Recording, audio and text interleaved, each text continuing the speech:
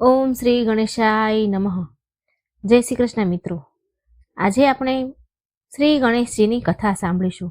મિત્રો, શ્રી ગણેશને બુધવાર મંગળવાર બંને દિવસ સમર્પિત છે અને ગણેશજીની કથા તમે રોજ સાંભળો તો બી ખૂબ શુભ છે અને રોજ ન સાંભળી શકો તો મંગળવાર બુધવાર અથવા ભગવાન ગણેશના તહેવારોમાં તમે સાંભળો, ચોથમાં સાંભળો, સંકટ ચોથ વિનાયક ચોથમાં, તો બી ઘણું શુભ માનવામાં આવે છે. ભગવાન ગણેશની કૃપા સદા આપણા પર રહે છે અને આપણા ઘરના પરિવારના વિઘ્ન ભગવાન ગણેશ હરે છે. તો આજે આપણે સાંભળીએ મા લક્ષ્મી અને ગણેશજીની કથા. મિત્રો, વિડીયો સારો લાગે તો લાઈક કરજો, શેર કરજો અને આ ચેનલને સબસ્ક્રાઈબ કરવાનું બિલકુલ ન ભૂલશો. મિત્રો, ભગવાનની વાર્તાઓ સાંભળવી ખૂબ શુભ મનાય છે. આપણા મનના વિકાર દૂર થાય છે અને મનને શાંતિ પ્રદાન થાય છે. ખૂબ ભાગ્યશાળી હોય છે જે ભગવાનની કથાઓ સાંભળી શકે છે. તો મિત્રો, ભગવાનનું નામ શ્રદ્ધાથી કોમેન્ટ બોક્સમાં જરૂર લખજો અને આ કથા તમને કેવી લાગી એ પણ તમે મને જરૂર જણાવજો. જય શ્રી ગણેશ. ઓમ ગંગ ગણપતિ નમઃ. લક્ષ્મીજી અને ગણેશજીની આરાધના માટે સૌથી શુભ માનવામાં આવે છે આ દિવસને. આજે તમને એક એવી સરસ વાર્તા સંભળાવવા જઈ રહી છું જેને સાંભળવા માત્રથી તમારા જીવનની તમામ મુશ્કેલીઓ તકલીફો દૂર થશે અને ઘરમાં ક્યારેય ધનની કમી નહીં રહે. આ કથા એક એવા પરિવારની છે જે પોતાની ભૂલોના કારણે બરબાદીના કાંઠે પહોંચી જાય છે, પરંતુ પછી મા લક્ષ્મીની કૃપા અને સાચા જ્ઞાનને તેમનું જીવન બદલી નાખ્યું. તો ચાલો પૂરા ભક્તિભાવથી, શ્રદ્ધાથી, પ્રસન્નચિત્ત મનથી મા લક્ષ્મીનું ધ્યાન કરતા આ પાવન કથાની શરૂઆત કરીએ. એક સમયની વાત છે.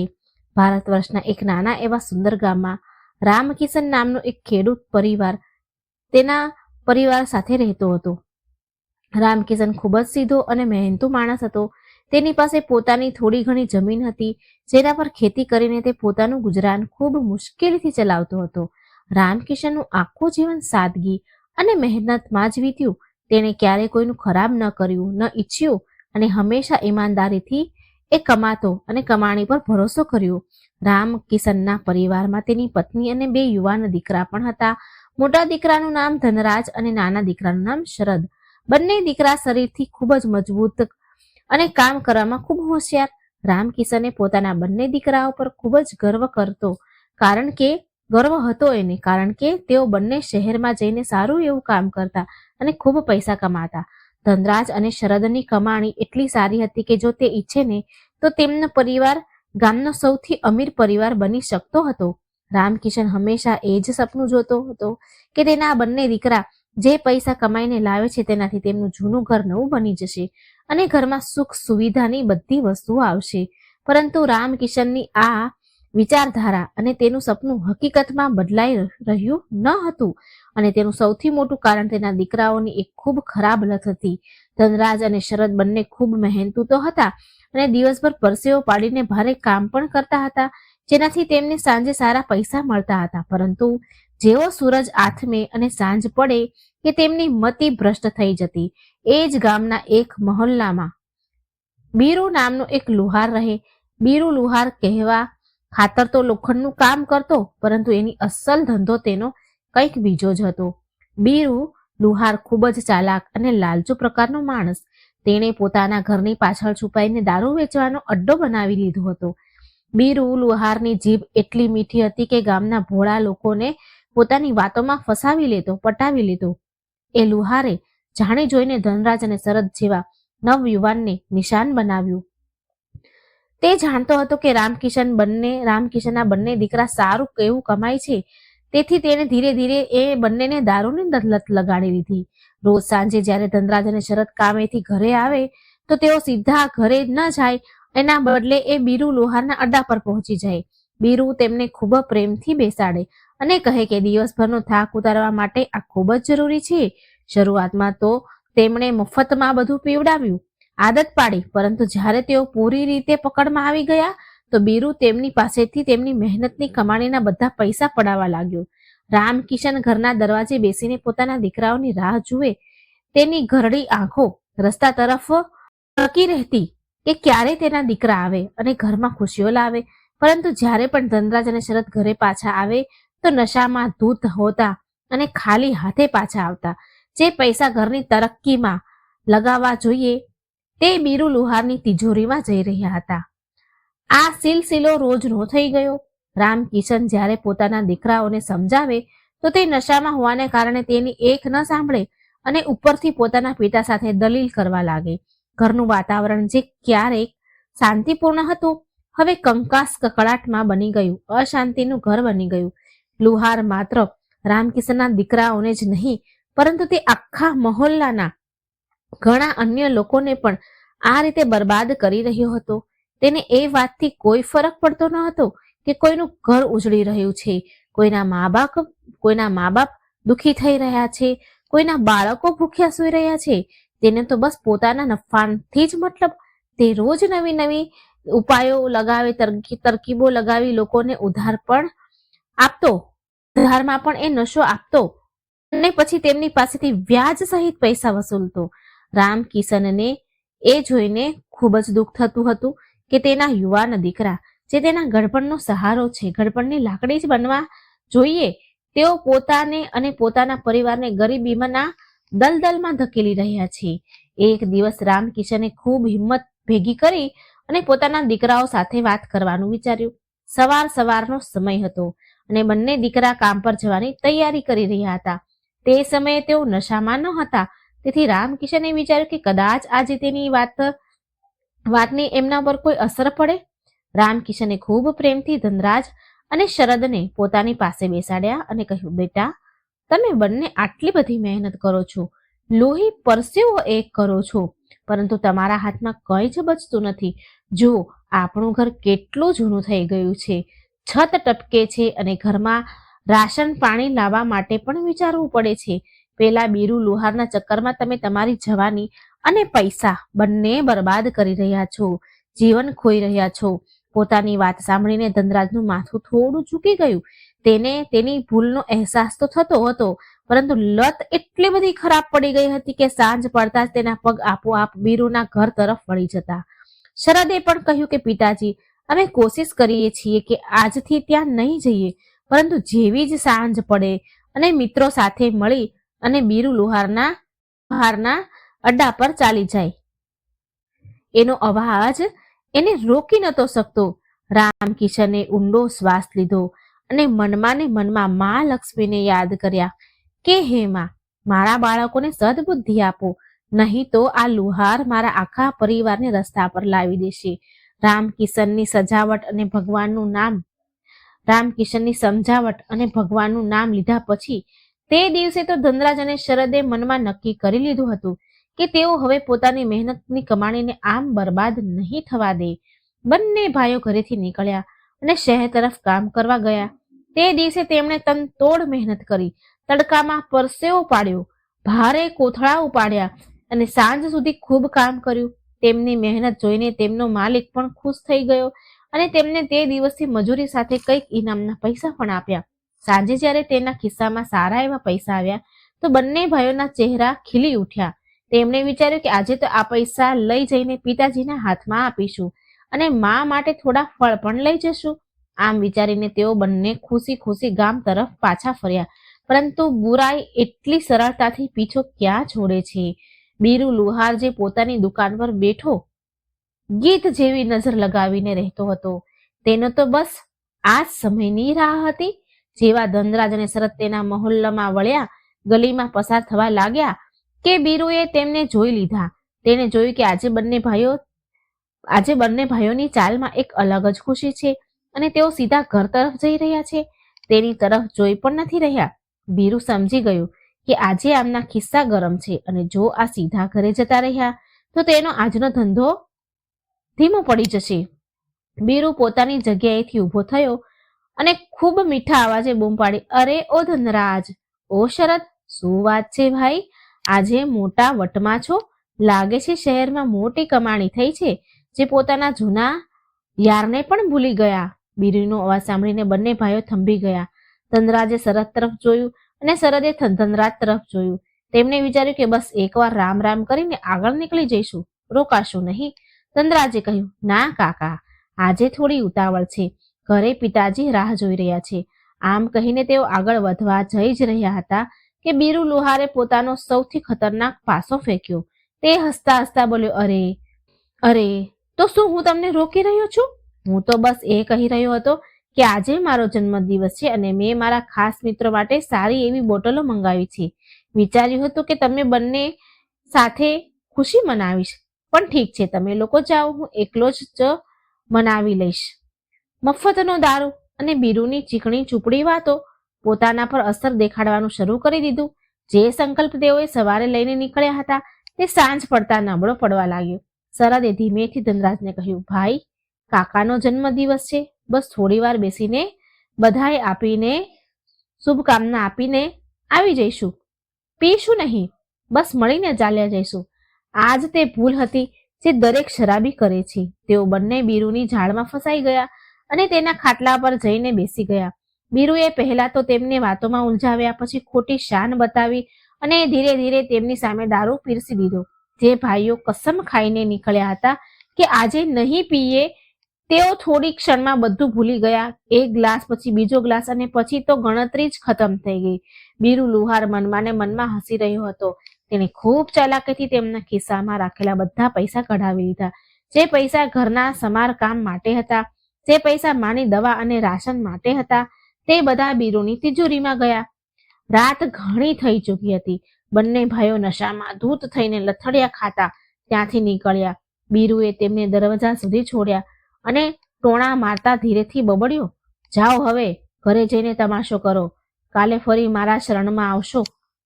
આ બાજુ ઘરે રામકિશન અને તેની પત્ની બેચેનીથી રાહ જોઈ રહ્યા હતા.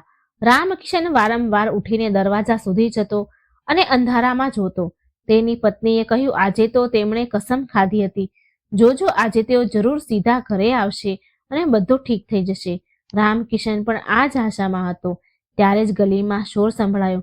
કૂતરાઓના ભસવાનો અવાજ અને લથડિયા ખાતા કદમોના અવાજે રામકિશનનું દિલ તોડી નાખ્યું. જેવો દરવાજો ખુલ્યો, ધનરાજ અને શરદ એકબીજાના સહારે પડતા આખડતા ઘરની અંદર આવ્યા. તેમની હાલત જોઈને રામકિશનનું કાળજું કંપી ઉઠ્યું. તેઓ બંને ન માત્ર ખાલી હાથે આવ્યા હતા, પરંતુ નશામાં પોતાનું ભાન પણ ગુમાવી બેઠા હતા. રામકિશને જ્યારે પૂછ્યું કે બેટા, આજે તો તમે વચન આપ્યું હતું મને, પછી આ બધું શું છે? તો નશામાં ચૂર ધનરાજે જોરથી બૂમ પાડીને કહ્યું, અરે ડોસા, ચૂપ રહે, અમે કમાઈએ છીએ તો અમે જ ઉડાડીશું ને, તું અમને શીખવાડવા વાળો કોણ છે? પોતાના દીકરાના મોઢેથી આવા અપમાનજનક શબ્દ સાંભળીને રામકિશન તો સ્તબ્ધ રહી ગયો. જે દીકરાને તેને આંગળી પકડીને ચાલતા શીખવાડ્યું હતું, આજે એ જ તેને ચૂપ કરાવી રહ્યો છે. રામકિશનની પત્ની આ દ્રશ્ય જોઈને ધ્રુસકે રડવા લાગી. તે રાત્રે રામકિશનના ઘરમાં ચૂલો સળગ્યો નહીં. બંને દીકરા તો નશામાં બેભાન થઈને આંગણામાં જ પડી ગયા, પરંતુ વૃદ્ધ માતા પિતા આખી રાત જાગતા રહ્યા. રામકિશને જોયું કે તેના ઘરની હાલત દિવસે ને દિવસે એટલી ખરાબ થતી જઈ રહી છે. ઘરની દિવાલો તૂટી રહી હતી અને ખૂણામાં રાખેલા અનાજના ડબ્બા પણ ખાલી થવા આવ્યા હતા. ત્યાં બીજી તરફ તેને ખબર પડી હતી કે બીરુ લુહારે પોતાના ઘરમાં નવો ઓરડો બનાવી લીધો છે અને નવી ગાડી પણ ખરીદી લીધી છે. આ વિચારીને રામકિશનને ખૂબ ગુસ્સો આવ્યો કે કેવી રીતે એક અધર્મી માણસ બીજાનું ઘર બરબાદ કરીને પોતે તરક્કી કરે છે, પોતે પ્રગતિ કરી રહ્યો છે. બીજે દિવસે સવારે જ્યારે ધનરાજ અને શરદની આંખ ખુલી તો તેમના માથામાં ભારે દુખાવો હતો. તેમને રાતની કોઈ વાત યાદ ન હતી. જ્યારે તેમણે જોયું કે માની આંખો સૂજેલી છે અને પિતાજી ગુમસુમ બેઠા છે, તો તેમને આભાસ થયો કે જરૂર રાત્રે કોઈ મોટો તમાશો થયો છે. બંને પોતાના ખિસ્સા તપાસ્યા તો જોયું કે ખિસ્સા બિલકુલ ખાલી છે. કાલની આખી મહેનતની કમાણી ગાયબ હતી. શરમને કારણે તેમની નજર ઊંચી થતી ન હતી, પરંતુ હવે પસ્તાવાથી શું થાય જ્યારે ખેતરમાંથી પાક લૂંટાઈ ગયો. હવે આ સિલસિલો માત્ર એક દિવસનો ન હતો. આ તો હવે રોજની કહાની બની ગઈ હતી.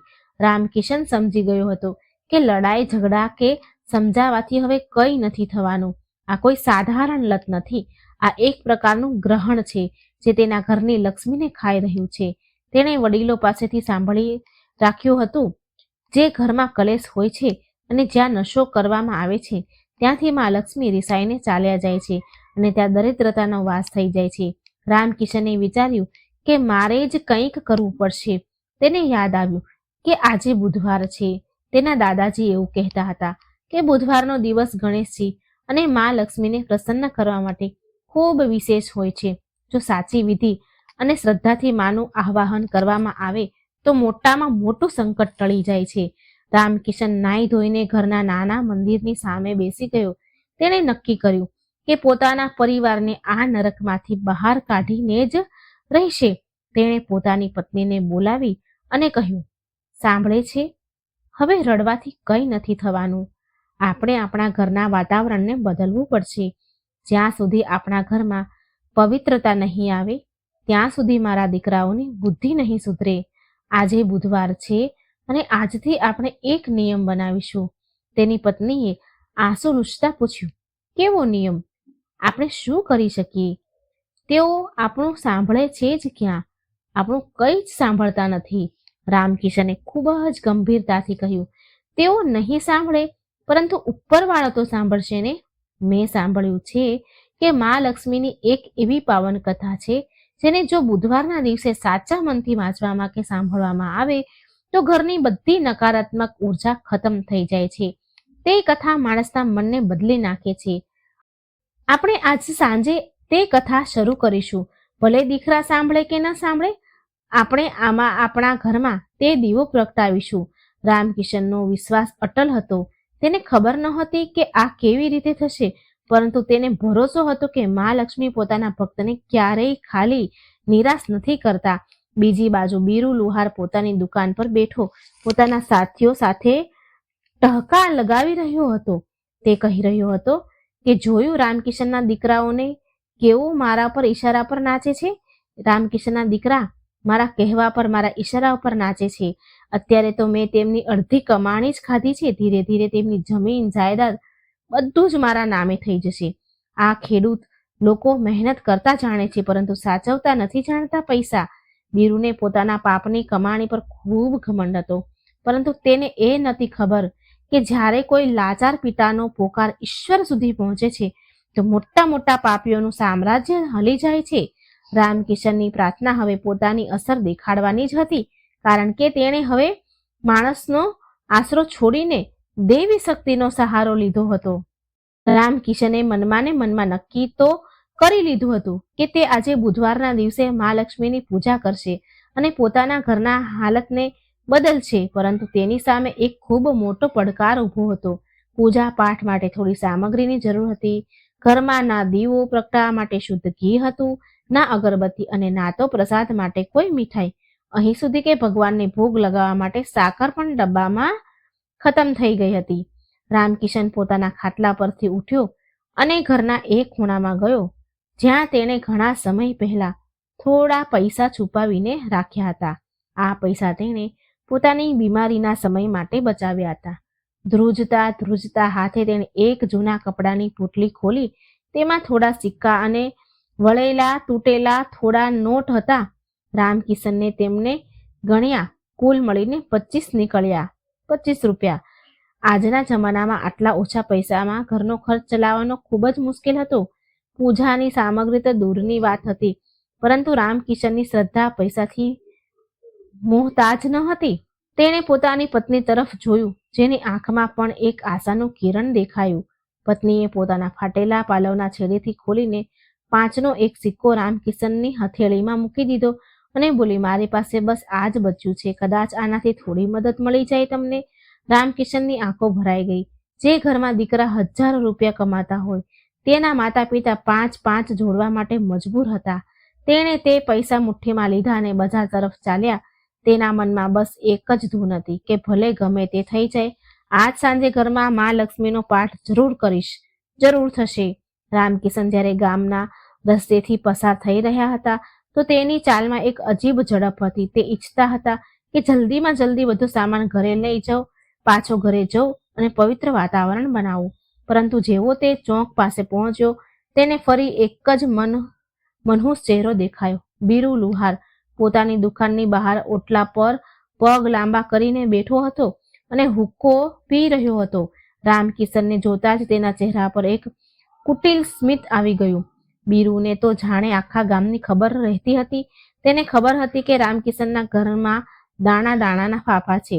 તેણે રામકિશનને બૂમ પાડી, અરે રામકિશન ભાઈ, આટલા તડકામાં ક્યાં ભાગ્યા જાઓ છો અને મુઠ્ઠી આટલી જોરથી બંધ કરી રાખી છે? કોઈ ખજાનો હાથ લાગી ગયો છે કે શું? રામકિશન રોકાવા નહોતો ઈચ્છતો, ઊભો રહેવા નહોતો માંગતો, પરંતુ બીરુનો અવાજ સાંભળીને તેના પગ ભારે થઈ ગયા. તેણે બીરુ તરફ જોયા વગર જવાબ આપ્યો, કંઈ નહીં ભાઈ, બસ ઘર માટે થોડો સામાન લેવા જઈ રહ્યો છું. બીરુ જોરથી હસ્યો અને બોલ્યો, સામાન? અરે સાંભળ્યું છે કે તમારા ઘરમાં તો આજકાલ ચૂલો સળાગવો પણ મુશ્કેલ થઈ ગયો છે. તમારા લાડલા દીકરા તો બધી કમાણી મારી દુકાન પર લૂંટાવી જાય છે. તમે કેમ આટલી મહેનત કરી રહ્યા છો? જે પણ કમાશો કે બચાવશો છેવટે તો એ મારી પાસે જ આવવાનું છે. બીરુની આવી વાત સાંભળી રામકિશનના હૃદયમાં તીર વાગ્યું. આ વાત સાચી હતી કે તેના દીકરાઓને કારણે તેની ઇજ્જત અને પૈસા બંને બીરુના પગમાં પડી રહ્યા હતા, પરંતુ આજે રામકિશનની અંદર એક અલગ જ શક્તિ હતી. તેણે બીરુની આંખોમાં આંખો નાખીને કહ્યું, બીરુ, સમય સૌનો એક સરખો નથી રહેતો. આજે મારા દીકરા ભટકી રહ્યા છે એટલે તું હસી રહ્યો છે, પરંતુ મને મારી મા લક્ષ્મી અને ઈશ્વર પર ખૂબ ભરોસો છે. જે દિવસે એમની કૃપા થશે ને, તે અંધારું પણ છટાઈ જશે અને મારા દીકરા પણ સુધરી જશે. તો તારી કમાણી પર ઘમંડ ન કર. અધર્મના પૈસા ક્યારેય ફળતા નથી. આટલું કહીને રામકિશન ઝડપથી આગળ વધી ગયો. બીરુ લુહાર થોડી ક્ષણો માટે સ્તબ્ધ રહી ગયો. તેણે રામકિશનના અવાજમાં આજ સુધી આવી સખતાઈ અને આત્મવિશ્વાસ ક્યારેય જોયો ન હતો. તે હંમેશા રામકિશનને એક લાચાર અને બિચારો બાપ સમજતો હતો. બીરુએ મનમાં ને મનમાં વિચાર્યું, લાગે છે કે આ ડોહો ભટકી ગયો છે, સઠિયાઈ ગયો છે. પૂજા પાઠથી ક્યાંક દારૂડિયો સુધરે છે? કોઈથી સાંભળ્યું ક્યાંય દારૂડિયો સુધર્યો? આજે સાંજે જોઈશ કે આના દીકરા આના ભજન સાંભળે છે કે મારી બોટલ સંભાળે છે. બીરુએ ફરીથી પોતાનો હુંકો ખેંચ્યો અને ધુમાડાના ગોટા બનાવવા લાગ્યો. બીજી બાજુ રામકિશન કરિયાણાની દુકાન પર પહોંચે છે. તેને ખૂબ વિચારી સમજીને ખરીદી કરી. મોંઘા ઘીની જગ્યાએ તેને થોડું તેલ લીધું, મીઠાઈની જગ્યાએ ગોળ લીધો, પતાસા લીધા અને થોડા ફૂલ અને અગરબત્તી ખરીદી. દુકાનદાર પણ રામકિશનને જાણતો હતો. તેણે પૂછ્યું, કાકા, આજે કોઈ ખાસ તહેવાર છે કે શું? રામકિશને સ્મિત કરતા કહ્યું, બેટા, જ્યારે જાગો ત્યારે સવાર. આજથી મારા ઘરમાં ખુશીનો તહેવાર શરૂ થવાનો છે. સામાન લઈને રામકિશન ઘરે પાછો આવ્યો. ઘરે પહોંચીને તેણે જોયું કે તેના બંને દીકરા ધનરાજ અને શરદ તૈયાર થઈને કામ પર જવા માટે આંગણામાં ઊભા હતા. તેમના ચહેરા ઉતરેલા હતા અને શરીરમાં કાલનો થાક હજુ પણ બાકી હતો. જેવા તેમણે પોતાના પિતાના હાથમાં પૂજાનો સામાન જોયો, તેઓ ચોંકી ગયા. ધનરાજે પૂછ્યું, પિતાજી, આ બધું શું છે? ઘરમાં ખાવા માટે લોટ નથી અને તમે આ ફૂલ પતાસા લઈને આવ્યા છો? રામકિશને ખૂબ સંયમથી કામ લીધું, ખૂબ ધીરજ રાખી. તેણે ગુસ્સો ન કર્યો પણ ખૂબ શાંતિથી કહ્યું, બેટા, આ લોટ દાળ કરતાં વધારે જરૂર છે. આ આપણા ઘરની સુખ શાંતિનો સામાન છે. શરદે ચીડાતા કહ્યું, તમે પણ ક્યાં ચક્કરમાં પડી રહ્યા છો? પૂજા કરવાથી જો પૈસા વરસતા હોત તો દર હરેક કોઈ પૂજારી બની જાત ને. અમને કામ પર જવા દો, મોડું થાય છે. બંને ભાઈ જવા માટે વળ્યા. રામકિશન જાણતા હતા કે અત્યારે તેમને સમજાવવા પથ્થર પર માથું પછાડવા જેવું છે, પરંતુ તેણે તેમને દરવાજા પર રોકી લીધા. રામકિશને કહ્યું, રોકાઈ જાઓ. મને ખબર છે તમને લોકોને મારી વાત પર વિશ્વાસ નથી. તમે યુવાન છો, તમને લાગે છે કે તમે જે કરી રહ્યા છો તે જ સાચું છે, પરંતુ આજે મારી એક વાત માની લો. બંને ભાઈ રોકાઈ ગયા. રામકિશને તેમની આંખોમાં જોતા કહ્યું, જુઓ, મેં તમને ક્યારેય કોઈ વસ્તુ માટે મજબૂર નથી કર્યા, પરંતુ આજે બુધવાર છે. આજે સાંજે હું ઘરમાં એક નાની અમથી કથા કહીશ. હું તમારી પાસે કોઈ પૈસા નથી માંગી રહ્યો, બસ તમારો થોડો સમય માંગી રહ્યો છું. શું તમે તમારા વૃદ્ધ બાપ માટે આજ સાંજે થોડા વહેલા ઘરે આવી શકશો? બસ સૂરજ ડૂબતા પહેલા આવી જજો. ત્યાર પછી તમારે જે કરવું હોય તે કરજો. પિતાના અવાજમાં એક અજીબ જ લચક અને દર્દ હતું. ધનરાજ અને શરદ જે નશામાં શૈતાન બની જતા હતા, પરંતુ હોશમાં તેઓ હજુ પણ પોતાના પિતાનું થોડું ઘણું સન્માન તો કરતા હતા. તેમને લાગ્યું કે પિતાજી આટલું કરી રહ્યા છે તો કદાચ કોઈ ખાસ વાત હશે. ધનરાજે નજર ચોરતા કહ્યું, ઠીક છે, કોશિશ તો જરૂર કરીશું. આમ પણ આજે કામ વધારે નથી. શરદે પણ માથું હલાવ્યું, હા, આવી જઈશું, પરંતુ અમારે કોઈ લાંબુ લચક ભાષણ નથી સાંભળવું. આટલું કહીને બંને દીકરા કામ પર નીકળી ગયા. તેમના ગયા પછી રામકિશનની પત્નીએ ચિંતિત થઈને પૂછ્યું, શું તમને લાગે છે તેઓ આવશે કે રોજની જેમ બીરુ તેમને ફસાવી લેશે?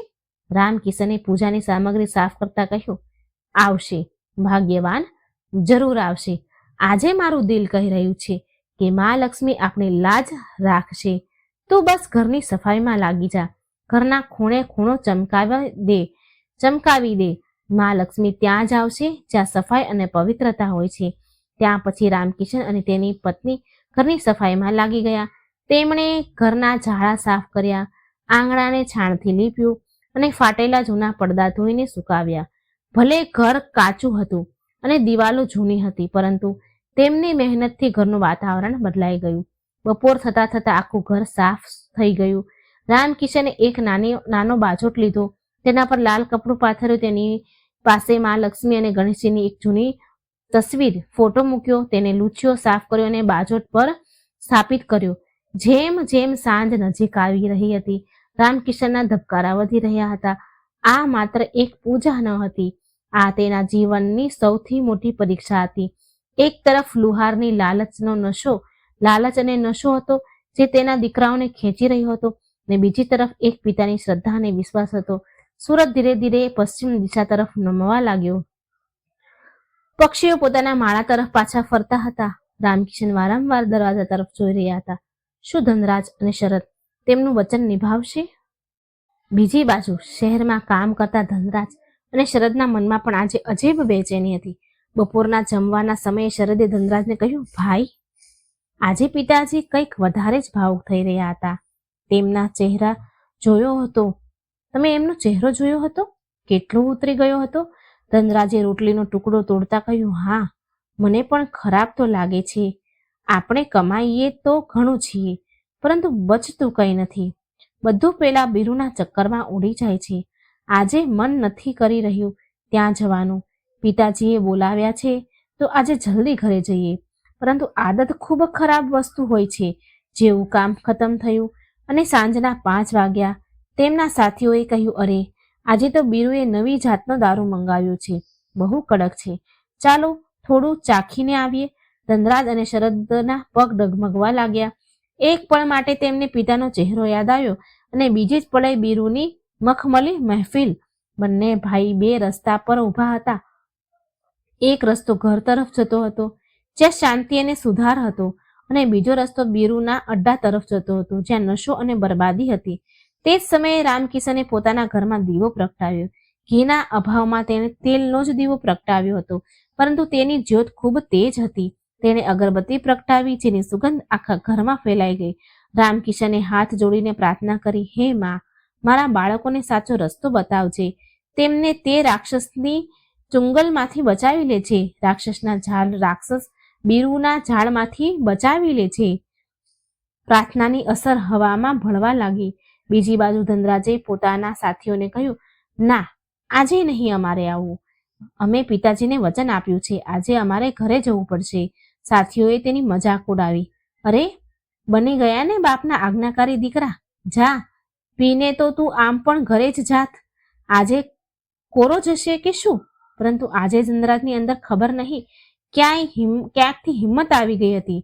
તેણે શરદનો હાથ પકડ્યો અને કહ્યું, ચાલ શરદ, આજે બીરુનું મોઢું નથી જોવું, આજે ઘરે ચાલ. શરદ પણ તૈયાર થઈ ગયો. બંને ભાઈઓએ પોતાના પગ ઘર તરફ વધારી દીધા. આ પહેલી જીત હતી, પરંતુ બીરુ લુહાર આટલી સરળતાથી હાર ક્યાં માનવાનો હતો? તે જાણતો હતો કે સાંજના સમયે પંખી ક્યાં પાછા ફરે છે, અને તેણે તેમના રસ્તામાં ઝાડ બિછાવવાનું શરૂ કરી દીધું. સાંજનું અંધારું ઘેરાવા લાગ્યું. ધનરાજ અને શરદ ઝડપથી પોતાના ઘર તરફ વધી રહ્યા હતા. તેમના મનમાં એક અજીબ કશ્મકશ ચાલી રહી હતી. એક તરફ વર્ષો જૂની દારૂની લત તેમને પાછળ ખેંચી રહી હતી, બીજી તરફ પિતાને આપેલું વચન તેમને આગળ ધકેલી રહ્યું હતું. જેવા તેઓ બીરુ લુહારના અડ્ડા પાસે વળાંકે પહોંચ્યા કે બીરુ ત્યાં પહેલેથી જ ઊભો હતો. તેને દૂરથી જ બંને ભાઈઓને આવતા જોઈ લીધા. બીરુએ જાણી જોઈને રસ્તા વચ્ચે પોતાનો ખાટલો નાખી રાખ્યો હતો, જેથી કોઈ પણ ત્યાંથી રોકાયા વગર ન જઈ શકે. જેવા ધનરાજ અને શરદ ત્યાં પહોંચ્યા, બીરુએ હાથ ઉઠાવીને તેમને રોક્યા અને પોતાના સૌથી ચીકણા સ્મિત સાથે બોલ્યા, અરે, મારા શેરો, આજે આટલા જલ્દી ઘરે જવાની શું આફત આવી ગઈ? જુઓ, આજે તો મોસમ પણ કેટલું સરસ છે, સુંદર છે. મેં તમારા બંને માટે કડક વાળી બોટલ અલગથી કાઢીને રાખી છે. બસ 2 ઘૂંટ લગાવી લો, પછી ચાલ્યા જજો. પૈસા નથી તો શું થયું? તમારો ભાઈ બીરુ હજુ જીવતો છે, ઉધાર લખી લઈશ. બીરુની વાતમાં એવો જાદુ હતો કે શરદના પગ ત્યાં જ થંભી ગયા. તેની નજર એ તરફ વળી ગઈ જ્યાં બીરુના બાકી ગ્રાહક બેસીને પી રહ્યા હતા. શરદે લલચાયેલી નજરોથી ધનરાજ તરફ જોયું અને ધીમા અવાજે કહ્યું, ભાઈ, કાકા ઠીક જ તો કહી રહ્યા છે. બસ થોડી વાર બેસી લઈએ, પછી ચાલ્યા જઈશું. પિતાજીને શું ખબર પડવાની? ધનરાજ પણ એક પળ માટે ડગમગ્યો. તેની અંદરની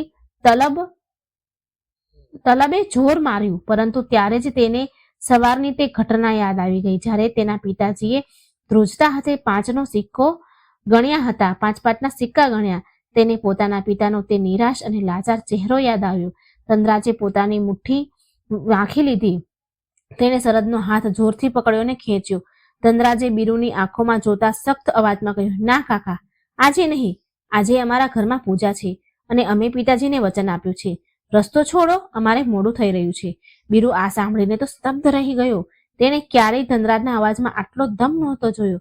બીરુએ ફરીથી પેંતરો બદલ્યો અને ટોણા મારતા કહ્યું, અરે વાહ, 100 ઉંદર મારીને બિલાડી હજ કરવા ચાલી. તમે લોકો આને પૂજા? કાલ સવારે જ્યારે નશો તૂટશે ત્યારે ફરી મારા પગમાં પડશો. જાઓ, જઈને પોતાના ઘરડા બાપની આરતી ઉતારો. બીરુ અને તેના સાથીઓ જોર જોરથી હસવા લાગ્યા. તેમનું હસવું ધનરાજ અને શરદના દિલ પર હથોડાની જેમ વાગ્યું, પરંતુ આજે તેમણે વળતો જવાબ ન આપ્યો. તેઓ ચૂપચાપ માથું ઝુકાવીને ત્યાંથી નીકળી ગયા. જેવા તેઓ બીરુના વિસ્તારમાંથી બહાર નીકળ્યા અને પોતાના ઘરની ગલીમાં વળ્યા, તેમને એક અજીબ શાંતિનો અનુભવ થયો. એવું લાગ્યું કે જાણે કોઈ ભારે બોજમાંથી મુક્તિ મળી હોય. જેમ જેમ તેઓ ઘરની નજીક આવી રહ્યા હતા, હવામાં એક ભૂઈની સુગંધ તરી રહી હતી. અગરબત્તીની સુગંધ હતી જે તેમના ઘરેથી જ આવી રહી હતી. ઘરના દરવાજા પર પહોંચીને બંને ભાઈ રોકાઈ ગયા. તેમણે જોયું કે તેમનું કાચું મકાન આજે કંઈક અલગ જ લાગી રહ્યું હતું. આંગણું સાફ સુથરું હતું, છાણથી લીપેલું હતું અને વચ્ચે એક નાનો બાજોટ પર દીવો પ્રગટી રહ્યો હતો. રામકિશન અને તેમની માતા સાફ કપડાં પહેરીને બાજોટ પાસે બેઠા હતા. દીવાના અંજવાળામાં રામકિશનનો ચહેરો ચમકી રહ્યો હતો.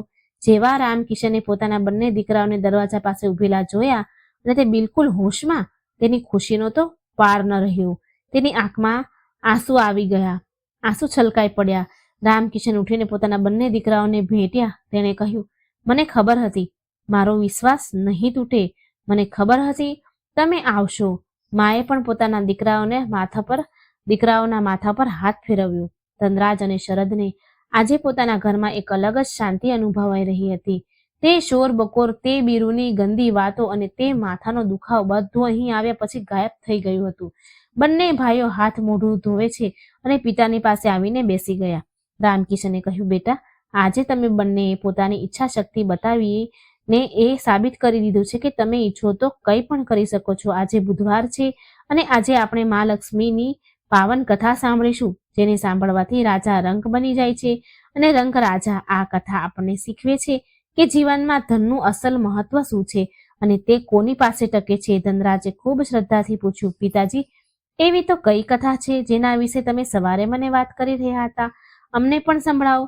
રામકિશને દીવાની જ્યોતને સરખી પ્રગટાવી.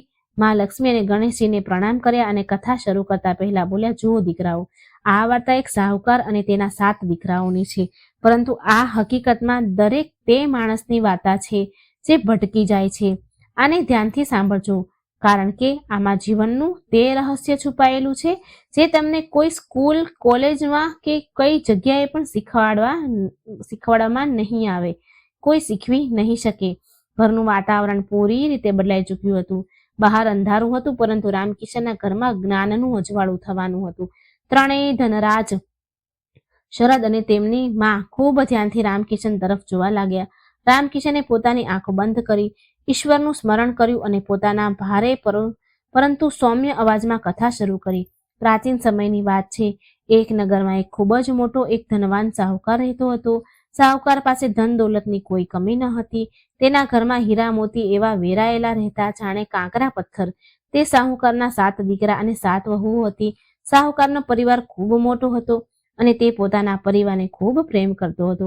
પરંતુ તે ઘરમાં એક મોટી ખામી હતી. ત્યાં ધન તો ઘણું હતું, પરંતુ તે ધનની કદર કોઈને ન હતી.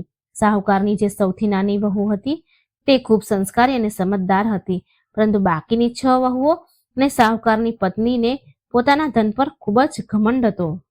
એક દિવસની વાત છે, ઘરમાં જમવાનું બની રહ્યું હતું. સાહુકારની પત્ની એટલે પેલા 7 છોકરાઓની માં રસોડામાં કામ કરી રહી હતી. ત્યારે દરવાજા પર એક ભિક્ષુક આવ્યો. તે ખૂબ જ દયનીય અવસ્થામાં હતો. કપડાં ફાટેલા હતા અને તે ભૂખથી બેહાલ લાગી રહ્યો હતો. તેણે દરવાજા પર બૂમ પાડી, માં, બહુ ભૂખ લાગી છે, કંઈક ખાવાનું આપો. ઈશ્વર તમારા ભંડાર ભરેલા હંમેશા રાખે. તે સમયે સાહુકારની પત્ની હાથમાં કંઈક કામ કરી રહી હતી. તેના હાથમાં કંઈક કામ હતું. તેણે ભિક્ષુકનો અવાજ સાંભળ્યો, પણ તેને અણસાંભળ્યો કરી દીધો. ભિક્ષુકે ફરીથી બૂમ પાડી, માં, એક રોટલીનો ટુકડો જ આપી દો. 2 દિવસથી મેં કંઈ ખાધું નથી. સાહુકારની પત્નીને ખૂબ ગુસ્સો આવ્યો. તે બહાર નીકળી અને તે ભિક્ષુકને ધમકાવવા લાગી, ચાલ્યો જા અહીંથી, જોતો નથી હું અત્યારે કામ કરું છું, વ્યસ્ત છું.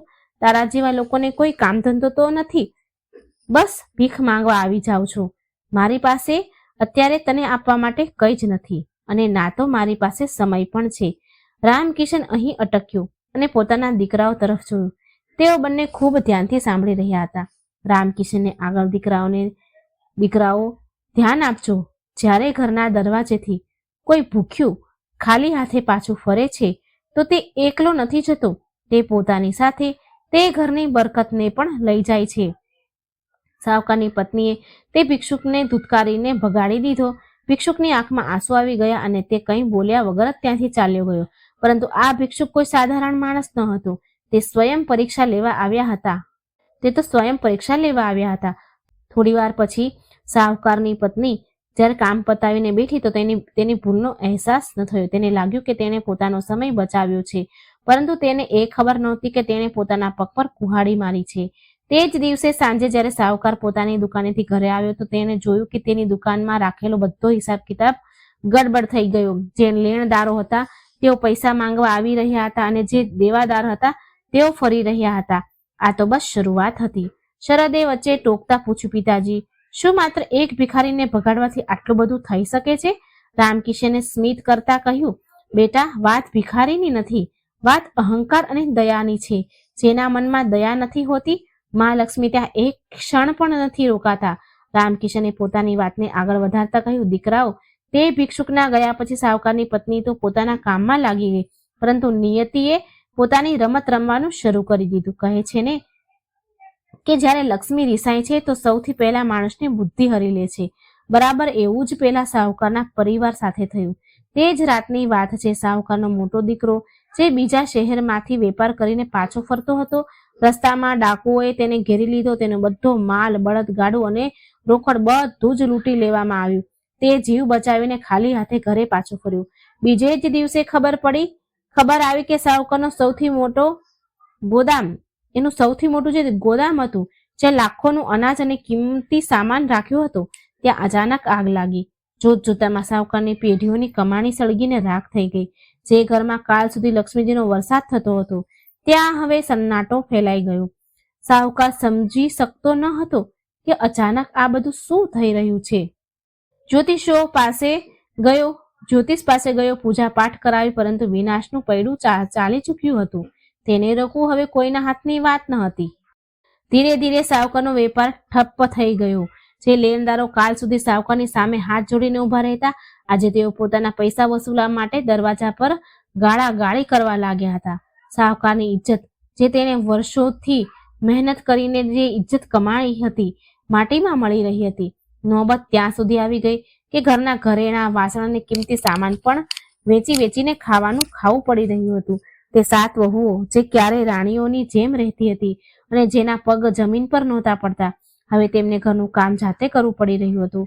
પરંતુ અહંકાર હજુ પણ પૂરી રીતે તૂટ્યો ન હતો. થોડા મહિના વીત્યા અને ઘરમાં ખાવાના ફાફા પડ્યા.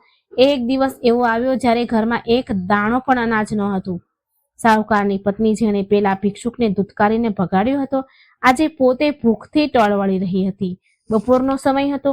સાહુકાર પોતાની પત્નીને કહે છે, હે ભાગ્યવાન, પેટમાં ઉંદરો દોડી રહ્યા છે. જો ઘરમાં કંઈ બચ્યું હોય તો લાવને. પત્ની રસોડામાં ગઈ. તેને દરેક ડબ્બા ખોલ્યા, ફંફોળ્યા, દરેક માટલું જોયું, પરંતુ સિવાય ધૂળના ત્યાં કંઈ ન મળ્યું. તે ખાલી હાથે બહાર આવી અને રડતા રડતા બોલી, સ્વામી, આજે તો ઘરમાં પાણી સિવાય કંઈ નથી. આ સાંભળીને સાહુકારનું માથું ઝૂકી ગયું. સાહુકારે તેની પત્નીને તેની ભૂલ યાદ અપાવી અને ભારે મનથી કહ્યું, યાદ છે તને? થોડા મહિના પહેલા એક ભિક્ષુક આવ્યો હતો અને તે તેને અપમાનિત કરીને ભગાડી દીધો હતો. તેણે કહ્યું હતું કે ઈશ્વર તમારા ભંડાર ભરેલા રાખે, પરંતુ તે પોતાના અહંકારમાં તેને ખાલી હાથે પાછો કાઢ્યો. આજે તેનો જ શ્રાપ આપણને લાગ્યો છે. આપણે અન્નનું અપમાન કર્યું એટલે આજે અન્ન આપણાથી દૂર થઈ ગયું. સાહુકારના 7 દીકરા જે ક્યારેક એશો આરામની જિંદગી જીવતા હતા, હવે કામની શોધમાં આમ તેમ ભટકવા લાગ્યા, પરંતુ તેમને કોઈ કામ નહોતું આપતું.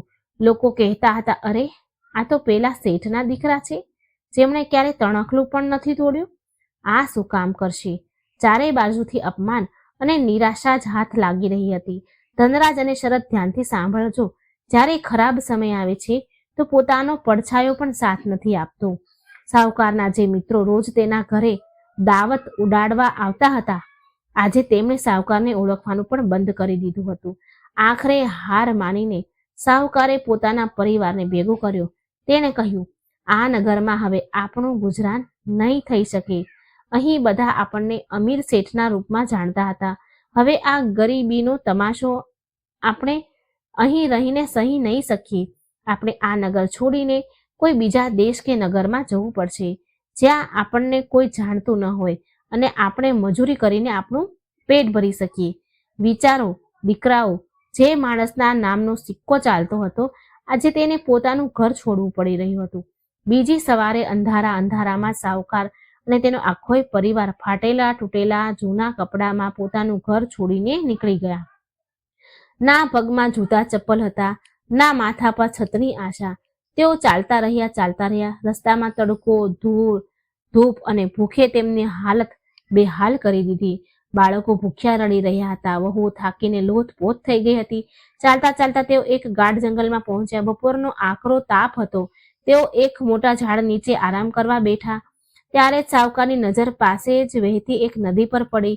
તેણે પોતાના દીકરાઓને કહ્યું, જાઓ, નદીમાંથી થોડું પાણી લઈ આવો અને જુઓ, જો જંગલમાં કોઈ કંદ મૂળ કે ફળ મળી જાય તો લઈ આવો.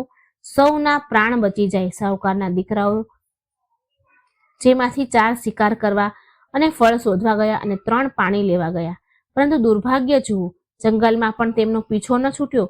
જે દીકરા ફળ શોધવા ગયા હતા તેમને થોડા ઝેરી ફળ મળ્યા, જેને ખાવા યોગ્ય સમજીને તેઓ લઈ આવ્યા, અને જે પાણી લેવા ગયા હતા તેમના પગ લપસ્યા અને ઘડો ફૂટી ગયો. જ્યારે તેઓ ખાલી હાથે અને ઝેરી ફળ લઈને પાછા આવ્યા તો સાહુકારે પોતાનું માથું ફૂટ્યું. તેણે કહ્યું, હે વિધાતા, આ કેવી પરીક્ષા છે? શું અમારા પાપ એટલા બધા મોટા છે કે અમને જંગલમાં પણ ચેન નહીં મળી રહ્યું? તે રાત્રે તેમને ભૂખ્યા પેટે જ ઝાડ નીચે સૂવું પડ્યું. ના પથારી, ના ચાદર, બસ ખુલ્લા આકાશ નીચે તેઓ બધા એકબીજાને અડીને સૂઈ ગયા. બીજા દિવસે તેઓ ફરી ચાલ્યા અને એક બીજા નગરમાં પહોંચ્યા. આ નગર ખૂબ સુંદર હતું. અહીંના રાજાનું નામ ધર્મપાલ હતું અને તે ખૂબ જ ન્યાયપ્રિય અને દાની રાજા હતા. સાહુકારે વિચાર્યું કે અહીં કદાચ કંઈક કામ મળી જાય. સાહુકારે પોતાના દીકરાઓને અલગ અલગ દિશામાં કામ શોધવા માટે મોકલી દીધા. સંજોગ જુઓ, સાહુકારનો સૌથી નાનો દીકરો, જેની પત્ની ખૂબ સંસ્કારી હતી, તે ફરતા એક સરોવરના કિનારે પહોંચી. ત્યાં તેણે જોયું કે કેટલીક સ્ત્રીઓ ખૂબ જ શ્રદ્ધાભાવથી પૂજા કરી રહી હતી. તેઓ માટીના ઢગલા બનાવી રહી હતી, તેના પર ફૂલ ચડાવી રહી હતી અને એક વાર્તા સાંભળી રહી હતી. નાનો દીકરો ત્યાં જ એક ઝાડ પાછળ ઊભો રહીને જોવા લાગ્યો. તેને બહુ જિજ્ઞાસા થઈ કે આ સ્ત્રીઓ શું કરી રહી છે. જ્યારે પૂજા પૂરી થઈ તો તે હિંમત કરીને તે સ્ત્રીઓ પાસે ગયો. તેની હાલત જોઈને મહિલાઓને ખૂબ દયા આવી. તેણે પૂછ્યું, બેટા, કોણ છે તું અને આમ છુપાઈને શું જોઈ રહ્યો હતો? છોકરાએ હાથ જોડીને કહ્યું, માતા, હું એક બદનસીબ માણસ છું. મારો પરિવાર ખૂબ મુશ્કેલમાં છે અમે દાણા દાણા માટે તડપી રહ્યા છીએ. મેં જોયું કે આપ લોકો કેટલી ભક્તિભાવથી પૂજા કરી રહ્યા છો. મારા મનમાં શાંતિ મળી એટલે હું ઊભો રહી ગયો. શું આપ મને કહેશો કે આ કયું વ્રત છે અને આપ કોની પૂજા કરો છો? તે સ્ત્રીઓમાં એક વૃદ્ધ સ્ત્રી હતી. તેણે બહુ પ્રેમથી કહ્યું, બેટા, આ કોઈ સાધારણ પૂજા નથી. આ માં લક્ષ્મીનું વ્રત છે અને અમે બુધવારની કથા સાંભળી રહ્યા હતા. જે પણ માણસ સાચા મનથી બુધવારના દિવસે ગણેશજી અને માં લક્ષ્મીનું ધ્યાન કરે છે અને આ કથા સાંભળે છે, માં લક્ષ્મી તેના બધા કષ્ટ હરી લે છે. ભલે ખોવાયેલું ધન હોય કે ખોવાયેલું સન્માન, આ વ્રતના પ્રભાવથી બધું પાછું મળી જાય છે. છોકરાઓએ ઉત્સુકતાથી પૂછ્યું, માતા, શું સાચુંમાં એવું થઈ શકે? શું મારી ગરીબી પણ દૂર થઈ શકે છે? વૃદ્ધ સ્ત્રીએ કહ્યું, હા બેટા, માં લક્ષ્મીનો મહિમા અપરંપાર છે. જો તું અને તારો પરિવાર શ્રદ્ધાથી આ વ્રત કરશો તો તમારા દિવસો જરૂર બદલાશે. પરંતુ યાદ રાખજો, મનમાં છળ કપટ ન હોવું જોઈએ. છોકરાએ તરત પૂછ્યું, માતા, આની વિધિ શું છે? મને કહો, હું જરૂર કહીશ. તે સ્ત્રીએ બુધવાર વ્રતની પૂરી વિધિ કહી. તેણે કહ્યું, બુધવારના દિવસે સવારે જલ્દી ઉઠી સ્નાન કરી ઘરને સાફ કરો. ગણેશજી અને લક્ષ્મીજીની મૂર્તિ કે ફોટો સામે ઘીનો દીવો કરો. લીલી ધરો ગણેશજીને ચડાવો કારણ કે તેમને ખૂબ જ પ્રિય છે. પછી ગોળ અને ચણાનો પ્રસાદ બનાવો અને સૌથી જરૂરી વાત, બુધવારની કથા સાંભળો અને બીજાને સંભળાવો. જો થઈ શકે તો કોઈ ગરીબને ભોજન કરાવો. કોઈનું અપમાન ન કરો. છોકરાએ બધી વાત પોતાના મનમાં ગાંઠ વાળી લીધી. તેને લાગ્યું જાણે તેને ડૂબતા તણખલાનો સહારો મળી ગયો હોય. તે દોડતા પોતાના પિતા અને ભાઈઓ પાસે ગયો. તેઓ બધા એક ધર્મશાળાના ખૂણામાં બેઠા પોતાના નસીબને કોસી રહ્યા હતા. નાના દીકરાએ જઈને કહ્યું, પિતાજી, માતાજી, રડવાનું બંધ કરો. પિતાજી, માં, રડવાનું બંધ કરો. મને આપણા દુઃખોનો ઈલાજ મળી ગયો છે. બધાએ તેને હેરાનીથી જોયો. સાહુકારે પૂછ્યું, શું થયું બેટા, શું થયું? શું કોઈ ખજાનો મળી ગયો? દીકરાએ કહ્યું, ખજાનાથી પણ મોટી વસ્તુ મળી છે. પિતાજી, મને મા લક્ષ્મીને પ્રસન્ન કરવાનો રસ્તો મળી ગયો છે. પછી તેણે વિસ્તારથી બધી સ્ત્રીઓ સાથે જે વાત થઈ હતી, જે જોયું હતું, એ બધું બતાવ્યું. કહ્યું, સાહુકારની પત્ની, જેણે પહેલા ભિક્ષુકનું અપમાન કર્યું હતું, આજે તેની આંખોમાં પશ્ચાતાપના આંસુ હતા. તેણે કહ્યું, કદાચ ઈશ્વરે આપણને આપણી ભૂલ સુધારવાનો આ છેલ્લો મોકો આપ્યો છે. આપણે આ વ્રત કરીશું. સંજોગોથી બીજે દિવસે જ બુધવાર હતો. સાહુકારના પરિવાર પાસે પૂજા માટે વધારે કંઈ ન હતું, પરંતુ તેમની પાસે હવે એ વસ્તુ હતી જે પહેલા ન હતી, સાચી શ્રદ્ધા અને અહંકારનો નાશ. તેમણે નદીમાં સ્નાન કર્યું. ધર્મશાળાના જે ખૂણામાં તેઓ રહેતા હતા તેને સાફ કર્યો. જંગલમાંથી થોડા ફૂલ અને ધરો તોડી લાવ્યા. પૈસા ન હતા તો તેમણે ગોળ ચણાની જગ્યાએ મનમાં ભગવાનને ભોગ લગાવ્યો અને હાથ જોડીને બેસી ગયા. સાહુકારે કહ્યું, હે મા લક્ષ્મી, અમારાથી જે ભૂલ થઈ ગઈ હોય તેને માફ કરો. અમને ધન નથી જોઈતું. બસ એટલી કૃપા કરો કે અમે મહેનતની રોટલી ખાઈએ, મહેનતનું ભોજન કરી શકીએ અને અમારો પરિવાર ફરીથી જોડાઈ જાય. તેમણે પૂરી શ્રદ્ધાથી કથા કહી અને સાંભળી. પૂજા પૂરી થયા પછી તેઓ બધા કામની શોધમાં નીકળ્યા. ચમત્કાર તો જુઓ, જે લોકો કાલ સુધી કામ આપવાની ના પાડતા હતા, આજે તે બજારમાં એક મોટા વેપારીએ સાહુકારના દીકરાઓને પોતાની દુકાન પર મુનિમનું કામ આપી દીધું. રામકિશને વાર્તા સંભળાવતા પોતાના દીકરાઓ તરફ જોયું અને કહ્યું, જુઓ ધનરાજ, જુઓ શરદ, આ હોય છે વિશ્વાસનું ફળ. જેવું તેમણે સાચા મનથી માને યાદ કર્યા, રસ્તા ખોલવા લાગ્યા. પરંતુ અત્યારે વાર્તા પૂરી નથી થઈ. અસલી પરીક્ષા તો હજુ બાકી છે. ધન મળવું સરળ છે, પરંતુ તેને સાચવવું અને પોતાની દાનત સાફ રાખવી એ સૌથી મુશ્કેલ છે. આગળ સાહુકાર સાથે શું થયું અને કેવી રીતે તેઓ પાછા પોતાના નગર ફર્યા એ બહુ રસપ્રદ છે. રામકિશને દીવામાં થોડું તેલ વધારે નાખતા વાર્તાને આગળ વધારી. દીકરાઓ, તે સાહુકાર અને તેના પરિવાર તે દિવસથી જ બુધવારનું વ્રત અને પૂજન પૂરી નિષ્ઠાથી શરૂ કરી દીધું. તેઓ દર બુધવારે સવારે જલ્દી ઉઠતા, સ્નાન કરતા અને ભલે સૂકી રોટલી જ કેમ ન હોય, પહેલા મા લક્ષ્મી અને ગણેશજીને ભોગ લગાવતા, પછી પોતે ખાતા. તેમના વ્યવહારમાં પણ બહુ બદલાવ આવી ગયો. હવે તેઓ કોઈ ગરીબને જોઈને મોઢું નહોતા ચડાવતા, પરંતુ જેટલું સમર્થ હોય, જેટલી શક્તિ હોય એટલી મદદ કરતા. સમયનું પૈડું ફર્યું. તેમની મહેનત અને મા લક્ષ્મીની કૃપા રંગ લાવવા લાગી. જે વેપારીને ત્યાં તેઓ મુનિમમાં લાગ્યા હતા, તે તેમના કામ અને ઈમાનદારીથી એટલા ખુશ થયા કે તેમણે તેમને પોતાના વેપારમાં ભાગીદાર બનાવી લીધા. સાહુકારના દીકરાઓએ પોતાની જૂની બુદ્ધિ અને નવા અનુભવનો ઉપયોગ કરીને તે વેપારને નફો અનેક ગણો કરી દીધો. ધીરે ધીરે તેમની પાસે પૈસા આવવા લાગ્યા, પૈસા જોડાવા લાગ્યા. જે પરિવાર ફાટેલા કપડામાં આવ્યા હતા, હવે તેમણે એક નાનું એવું પોતાનું ઘર પણ ખરીદી લીધું હતું. ઘરમાં ફરીથી ખુશીઓ પાછી ફરવા લાગી હતી. વહુના ચહેરા પર ચમક આવી ગઈ અને બાળકો ફરીથી સારા કપડાં પહેરવા લાગ્યા. પરંતુ શાહુકાર ભૂલ્યો ન હતો કે આ બધું કોની દેન છે. જ્યારે તેમની પાસે ધન આવ્યું તો તેમણે ઘમંડ ન કર્યો. તેમણે સૌથી પહેલા એક નિયમ બનાવ્યો કે દર બુધવારે તેઓ ગરીબોને ભોજન કરાવશે. તેઓ જાણતા હતા કે અહંકાર જ તે ઉદય છે જે સોનાની લંકાને પણ ખાઈ જાય છે.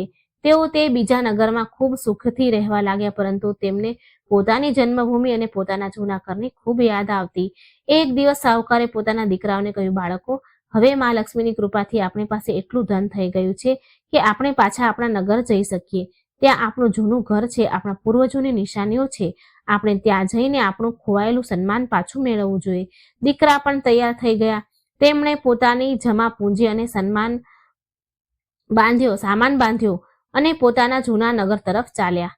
આ એ જ રસ્તો હતો જ્યાંથી તેઓ ક્યારેક રડતા, કકળતા અને ભૂખ્યા તરસ્યા પસાર થયા હતા. પરંતુ આજે તેઓ બળદગાડાઓમાં શાનથી બેઠા હતા. જ્યારે તેઓ તે જંગલમાંથી પસાર થઈ રહ્યા હતા, જ્યાં તેમને ઝેરી ફળ મળ્યા હતા, તો શાહુકારે ગાડાઓ રોક્યા. તે નીચે ઉતર્યા અને તે જૂના ઝાડને પ્રણામ કર્યા જેની નીચે તેમણે રાત વિતાવી હતી. તેણે પોતાના દીકરાઓને કહ્યું, આ જગ્યાને ક્યારેય ન ભૂલતા.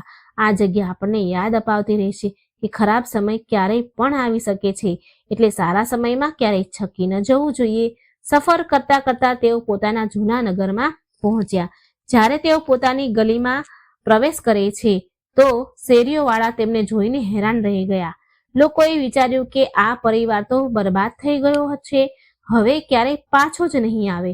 પરંતુ શાહુકાર અને તેના દીકરા પહેલા કરતા પણ વધારે તેજ અને ચમક સાથે પાછા આવ્યા હતા. તેમનું જૂનું ઘર જે ખંડેર બની ચૂક્યું હતું, તેમણે ફરીથી તેને સરસ બનાવવાનું શરૂ કર્યું. થોડા દિવસમાં તેમનું ઘર ફરીથી મહેલ જેવું ચમકવા લાગ્યું. તેમણે પોતાનો જૂનો વેપાર ફરીથી શરૂ કર્યો અને જોતજોતામાં તેઓ પહેલા કરતા પણ વધારે અમીર થઈ ગયા. પરંતુ અસલી પરીક્ષા હજુ પણ બાકી હતી. મા લક્ષ્મી જોવા માંગતા હતા કે શું આ બદલાવ કાયમી છે કે માત્ર મતલબનો છે. એક દિવસ શાહુકાર પોતાના ઘરની બહાર ઓટલા પર બેઠો હતો. તેની વહુ અંદર જમવાનું બનાવી રહી હતી. ત્યારે જ બરાબર એવા જ સંજોગ બન્યો જેવો વર્ષો પહેલા બન્યો. એ જ બપોરના સમયે એ જ સ્વાદિષ્ટ ભોજનની સુગંધ અને દરવાજા પર એક અવાજ આવ્યો, મા બાપ, બહુ તરસ લાગી છે, બહુ તરસ્યો છું, થોડું પાણી મળી જશે? શાહુકારે માથું ઊંચું કરીને જોયું. દરવાજા પર એક ખૂબ જ વૃદ્ધ અને બીમાર સાધુ ઊભા હતા. તેના કપડાં લીરા વેરાઈ ગયા હતા અને શરીર પર ઘા હતા. તેને જોઈને કોઈને પણ સૂગ ચડી શકે. આ એ જ સ્થિતિ હતી જ્યાં પહેલા શાહુકારની પત્નીએ ભિક્ષુકને ભગાડી દીધો હતો. રામકિશન અહીં રોકાઈને પોતાના દીકરાઓની આંખોમાં જોયું અને પૂછ્યું, તમને શું લાગે છે ધનરાજ, શું આ વખતે પણ તેમણે એ જ ભૂલ કરી હશે? ધનરાજ એ વાર્તામાં પૂરી રીતે ખોવાઈ ચૂક્યું હતું. તરત બોલ્યો, ના પિતાજી, જો તેમણે અત્યારે પણ નહીં શીખ્યું હોય તો પછી તેમનું સુધરવું નામુમકિન છે. મને લાગે છે આ વખતે તેમણે સાધુને નહીં ભગાડ્યો હોય. રામકિશન હસ્યો. બિલકુલ સાચું વિચાર્યું બેટા. જેવા તે સાધુનો અવાજ અંદર રસોડામાં ગયો કે શાહુકારની નાની વહુ, જે સૌથી વધારે સંસ્કારી હતી, તરત જ પાણીનો લોટો લઈને બહાર આવી. તેણે સાધુને જોયા તો તેનું મન કરુણાથી ભરાઈ ગયું. તેણે ના માત્ર તેને પાણી પીવડાવ્યું, પરંતુ અંદરથી આસન લઈને આવી અને બોલી, બાબા, આપ અહીં છાંયડામાં બેસો, હું આપ માટે ભોજન લાવું છું. આટલામાં શાહુકારની પત્ની એટલે કે એ છોકરાઓની માં પણ બહાર આવી ગઈ.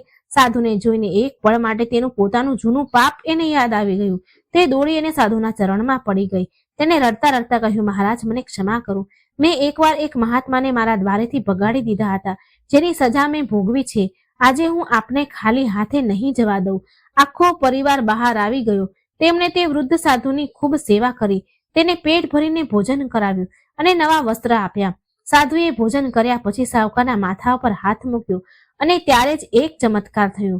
જોતજોતામાં તે વૃદ્ધ અને બીમાર સાધુ ગાયબ થઈ ગયા અને ત્યાં એક દિવ્ય રોશની ફેલાઈ ગઈ. તે રોશનીમાંથી એક અવાજ આવ્યો, વત્સ, હું તારી પરીક્ષા લઈ રહી હતી. તું આ પરીક્ષામાં સફળ થયો. તે ધનનો અસલ ઉપયોગ શીખી લીધો છે. હવે તારા ઘરમાં ક્યારેય દરિદ્રતા નહીં આવે. તે અવાજ બીજો કોઈનો નહીં, પણ સ્વયં માતા લક્ષ્મીનો હતો. મા લક્ષ્મીની પ્રેરણા હતી. તે દિવસ પછીથી સાવકારનો યશ આખા રાજ્યમાં ફેલાયો, પરંતુ તેમણે પોતાનું બુધવારનું વ્રત ક્યારેય ન છોડ્યું. તેઓ દર બુધવારે આ કથા સાંભળતા અને સંભળાવતા. રામકિશને વાર્તા પૂરી કરીને એક ઊંડો શ્વાસ લીધો. ઘરમાં એકદમ સન્નાટો હતો. ધનરાજ અને શરદ બંનેના રૂવાડા ઊભા થઈ ગયા હતા. તેમને લાગી રહ્યું હતું કે જાણે આ વાર્તા કોઈ બીજાની નહીં પણ તેમની જ છે. તેઓ પણ તો પોતાની કમાણીનો ખોટો ઉપયોગ કરી રહ્યા છે. તેઓ પણ તો પોતાના માતા પિતા જે ઘરના દેવતા છે તેમનું અપમાન કરી રહ્યા છે. રામકિશને સ્નેહથી પૂછ્યું, દીકરાઓ, વાર્તા તો પૂરી થઈ ગઈ, પણ આની શીખ હજુ બાકી છે. આ વાર્તાએ તે સાહુકારનું જીવન બદલી નાખ્યું. શું આ મારું અને તમારું જીવન પણ બદલી શકે છે? શું તમને સમજાયું કે બરકત અને પૈસા ક્યાં ટકે છે? શરદની આંખો ભીની થઈ ગઈ હતી. તેણે કહ્યું, પિતાજી, મને બધું જ સમજાઈ ગયું છે. પૈસા દારૂના અડ્ડા પર નહીં, ઘરની ખુશીઓમાં છે. અમે ખૂબ મોટી ભૂલ કરી છે. અમે બીરુ કાકાના કહેવામાં આવીને પોતાના જ ઘરમાં આગ લગાવી રહ્યા હતા. ધનરાજે પણ માથું ઝુકાવી લીધું અને બોલ્યો, તમે સાચું કહી રહ્યા હતા પિતાજી. આજે મારા મનને શાંતિ મળી છે કે હજારોનો દારૂ પીને પણ નથી મળી. પરંતુ પિતાજી, શું બહુ મોડું નથી થઈ ગયું? અમે આટલા પૈસા બરબાદ કરી દીધા. શું મા લક્ષ્મી હજુ પણ અમને માફ કરશે? રામકિશને દીવાની જ્યોતને થોડી વધારે તેજ કરી અને બોલ્યા, બેટા, જ્યારે જાગો ત્યારથી સવાર. મા લક્ષ્મી ખૂબ દયાળુ છે. જો તમે આજે આ જ ક્ષણે સંકલ્પ લો છો તો બધું બદલાઈ શકે છે, પરંતુ સંકલ્પ પાક્કો હોવો જોઈએ, કાચા દોરા જેવો નહીં, જે જરા અમથા ઝટકાથી તૂટી જાય. બહાર બીરુ જેવા હજારો રાક્ષસો બેઠા છે જે તમને ફરીથી ખેંચવાની કોશિશ કરશે. હજુ રામકિશન આ સમજાવી જ રહ્યા હતા કે અચાનક બહાર ગલીમાંથી શોર સંભળાયો. કોઈના જોર જોરથી બૂમો પાડવાનો અને ગાળો બોલવાનો અવાજ આવી રહ્યો હતો. આ અવાજ જાણીતો હતો. આ બીરુ લુહારનો અવાજ હતો. તે નશામાં ધૂત થઈને રામકિશનના ઘરની બહાર ઊભો તમાશો કરી રહ્યો હતો. અરે ઓ રામકિશન, બહાર નીકળ. તારા દીકરાઓને સુપટ્ટી વઢાવી તે. આજે તેઓ મારી દુકાન પર ન આવ્યા, મારું નુકસાન કરાવી દીધું. મોકલ તેને બહાર. આજે હું જોઉં છું કોણ રોકે છે તેમને. બીરુનો અવાજ સાંભળીને ધનરાજ અને શરદનું શરીર એક પળ માટે તો જકડાઈ ગયું. જૂની આદત અને બીરુનો ડર બંને તેમના પર હુમલો કર્યો. રામકિશને પોતાના દીકરાઓના ખભા પર હાથ મૂક્યો અને મજબૂતાઈથી કહ્યું, ડરશો નહીં. આજે પરીક્ષાની ઘડી છે. વાર્તા હજુ પૂરી નથી થઈ બેટા. અસલ લડાઈ તો હવે શરૂ થશે. બહાર જાઓ અને આ અધર્મને બતાવો કે હવે આ ઘરના દરવાજા તેના માટે હંમેશા માટે બંધ થઈ ચૂક્યા છે. બીરુ લુહારના કર્કશ અવાજે રામકિશનના ઘરની શાંતિનો ભંગ કરી દીધો હતો.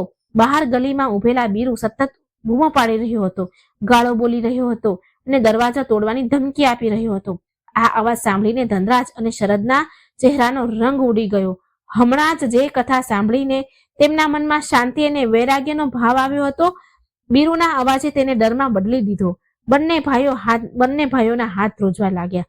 આ ડર બીરુનો ન હતો. આ ડર તે જૂની લતનો હતો જે બીરુનો અવાજ સાંભળતા જ તેમની અંદર સળવળવા લાગ્યો.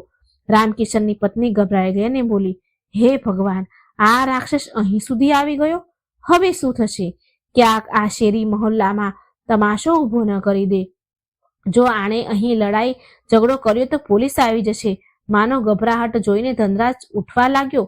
તેની આંખોમાં ગુસ્સો અને લાચારી બંને હતી. તે બોલ્યો, હું જઈને તેને જોઉં છું. તેને ના પાડું છું કે અહીં શોર ન મચાવ. પરંતુ રામકિશને ધનરાજનો હાથ પકડીને તેને બેસાડી દીધો. રામકિશનની આંખોમાં એક અજીબ ચમક હતી, જાણે તેને ખબર હોય કે આ ઘડી આવવાની જ હતી. રામકિશને શાંત પરંતુ ખૂબ ભારે અવાજમાં કહ્યું, બેસી જા ધનરાજ. આજે તું બહાર કમજોર બનીને નહીં પણ ખડક બનીને જઈશ. યાદ રાખ, હમણાં જે તે વાર્તા સાંભળી તે સાહુકારના દીકરાઓએ પોતાની ગરીબી સામે લડવા માટે પોતાનું ઘર છોડી દીધું હતું, પોતાનો અહંકાર છોડી દીધો હતો. શું તું એક દારૂડિયાનો સાથ નથી છોડી શકતો? રામકિશને બંને દીકરાઓની આંખોમાં જોયું અને બોલ્યો, બહાર જે ઊભો છે તે માત્ર બીરુ નથી, તે તમારી પરીક્ષા છે. મા લક્ષ્મી જોઈ રહી છે કે મારો ભક્ત પોતાની પ્રતિજ્ઞા પર કેટલો પાકો છે. જો આજે તમે ડરીને અંદર સંતાઈ રહ્યા છો તો તે રોજ આવશે, અને જો આજે તમે બહાર જઈને તેની સામે ઝૂકી ગયા તો પછી જીવન પર ઊભા નહીં થઈ શકો. આજે નિર્ણય તમારે કરવાનો છે કે તમે તે બીરુના ગુલામ છો કે પોતાના પિતાના શેર દીકરા છો. પિતાના આ શબ્દોએ ધનરાજ અને શરદની અંદર સૂતેલો સ્વાભિમાન જગાડી દીધો. શરદે પોતાની મુઠ્ઠી બંધ કરી અને ઊભો થયો. તેણે કહ્યું, ભાઈ, પિતાજી સાચું કહી રહ્યા છે. આપણે ક્યાં સુધી તેનાથી ડરીશું? આપણે આપણી મહેનતનું ખાઈએ છીએ, તેનું કરજ નથી ખાધું. ચાલો આજે આનો હિસાબ કરી જ દઈએ. ધનરાજે પણ ઊંડો શ્વાસ લીધો. તેણે એકવાર મા લક્ષ્મીનો ફોટા તરફ જોયું, મનમાં ને મનમાં પ્રણામ કર્યા ને બોલ્યો, ચાલો. રામકિશને કહ્યું, જાઓ, પરંતુ એક વાત યાદ રાખજો, લડવાનું નથી, હાથ નથી ઉપાડવાનો. બસ પોતાનામાં એટલી તાકાત રાખજો કે તેને બોલતો બંધ કરી દેવાય, તે બોલતો બંધ થઈ જાય. ગુસ્સાથી નહીં, મક્કમતાથી કામ લેજો. જેવો ધનરાજ ઘરનો દરવાજો ખોલ્યો, સામે નજારો જોઈને તેનું લોહી ઉકળી ઉઠ્યું. બીરુ લુહાર નશામાં ધૂત થઈને તેની દહેલીજ પર લાત મારવા જ જઈ રહ્યો હતો. તેની સાથે 2-3 બીજા દારૂડિયા ઉભા હતા, જે તમાશો જોઈ રહ્યા હતા. દરવાજો ખુલતા જ બીરુનું સંતુલન બગડ્યું અને તે પડતા પડતા બચ્યો. ધનરાજ અને શરદને સામે ઉભેલા જોઈને બીરુની આંખોમાં એક શેતાની ખુશી ચમકી ઉઠી. બીરુએ લથડિયા ખાતા કહ્યું, આવી ગયા મારા શેરો. મને ખબર હતી તમે મને ના નહીં પાડી શકો. અરે, અંદર શું કરી રહ્યા છો આટલી વારથી? આ ડોસા તમને કઈ પટ્ટી ભણાવી રહ્યો છે? ચાલો, છોડો આ બધું. આજની પાર્ટી મારી તરફથી છે. જુઓ, હું તમારા ઘર સુધી લેવા આવ્યો છું. હવે તો ચાલવું જ પડશે. બીરુએ પોતાનો હાથ ધનરાજના ખભા પર મૂકવાની કોશિશ કરી, પરંતુ આજે કંઈક અલગ થયું. ધનરાજે એક ડગલું પાછળ ખસી ગયો અને બીરુનો હાથ હવામાં જ રહી ગયો. ધનરાજની કરોડરજ્જુ એકદમ સીધી હતી અને નજર બીરુની આંખોમાં ડગેલી હતી. ધનરાજે ખૂબ જ સંયમ અને કડક અવાજમાં કહ્યું, આજ પછી અમે તમારા અડ્ડા પર ક્યારેય નહીં આવીએ. તમે અહીંથી ચાલ્યા જાઓ. અમારા ઘરની સામે તમાશો ન કરો. આ સાંભળીને બીરુને જાણે તો કરંટ વાગ્યો. તે એક પળ માટે સ્તબ્ધ રહી ગયો. તેને પોતાના કાન પર વિશ્વાસ ન થયો. જે ધનરાજ તેના એક અવાજ પર પૂંછડી હલાવતો ચાલતો આવતો હતો, આજે તે તેને જવાનું કહી રહ્યો છે. બીરુનો નશો થોડો ઓછો થયો અને ગુસ્સો વધી ગયો. તે બડબડ્યો, શું બોલ્યો તું? નહીં આવે? અરે, 2 દિવસનું ઘેલું છે આ, હજુ નશો ચડ્યો નથી એને એટલે આવી વાત કરી રહ્યો છે ને તું? જ્યારે તલપ લાગશે તો મારા જ પગમાં પડીશ, ગીરગડાઈશ, કરગરીશ. ને સાંભળ, જે પાછલું ઉધાર છે તે કોણ ચૂકવશે? મોટો રહીશ બની રહ્યો છે. શરદ, જે હંમેશા ચૂપ રહેતો હતો, આજે વચ્ચે બોલી પડ્યો. તેણે આગળ વધીને કહ્યું, બીરુ કાકા, તમારો જે પણ હિસાબ છે કાલ સવારે દુકાન પર આવીને આપી દઈશું અને સરભર કરી દઈશું. એક પાય ચૂકવી દઈશું, પરંતુ આજ પછી અમને પોતાની દુકાન પર બોલાવવાની કોશિશ ન કરતા. અને હા, અમારા પિતાજીને ડોસો કહેવાની હિંમત બીજી વાર ન કરતા. શરદના અવાજમાં એટલી સખતાઈ હતી કે ગલીના કૂતરા પણ ભસવાનું બંધ કરી ચૂક્યા હતા. આસપાસના થોડા લોકો જે શોર સાંભળીને પોતાની છતો, ધાબાઓ અને બારીઓમાંથી ડોકિયા કરી રહ્યા હતા, આ જોઈને હેરાન હતા. તેઓ બધા જાણતા હતા કે બીરુએ કેવી રીતે આ છોકરાઓને બગાડ્યા, પરંતુ આજે આ છોકરાઓનું આરોપ જોઈને તેઓ પણ સ્તબ્ધ રહી ગયા. બીરુને મહેસૂસ થવા લાગ્યું કે તેનો પાસો ઊંધો પડી ગયો છે. તે શેરી મહોલ્લામાં પોતાની બેઇજ્જતી થતી જોઈને વધુ વકળાયો. બીરુએ એક ગંદી ગાળ આપી અને કહ્યું, ઠીક છે, જોઉં છું કેટલા દિવસ ચાલે છે આ નાટક. કાલ સાંજ સુધી જો તમે બંને મારી દુકાન પર નાક રગડતા ન આવ્યા તો મારું નામ પણ બીરુ લુહાર નહીં. જાઓ, ડૂબી મરો તમારા આ ખંડેરમાં. આટલું કહીને બીરુએ જમીન પર થૂક્યો અને પોતાના સાથીઓ સાથે પગ પછાડતો ત્યાંથી ચાલ્યો ગયો. ધનરાજ અને શરદ ત્યાં જ દરવાજા પર ઊભા રહ્યા, જ્યાં સુધી કે બીરુ ગલીના વળાંકથી ઓझल ન થઈ જાય. જેવો તે ગયો, બંને ભાઈઓ એકબીજા તરફ જોયું અને એક ઊંડો શ્વાસ છોડ્યો. આ શ્વાસ રાહતનો હતો, વિજયનો હતો. તેમણે પહેલીવાર બુરાઈની આંખોમાં આંખો નાખીને તેને હરાવી હતી. તેમણે પોતાનો દરવાજો બંધ કર્યો અને સ્ટોપર લગાવી દીધી. આ સ્ટોપર માત્ર દરવાજાની ન હતી, પરંતુ તેમણે પોતાના જીવનમાં બુરાઈના પ્રવેશદ્વાર પર તાળું માર્યું હતું. જ્યારે તેઓ અંદર ફર્યા તો જોયું કે રામકિશન અને તેની માં ઊભા થઈને તેમને જ જોઈ રહ્યા હતા.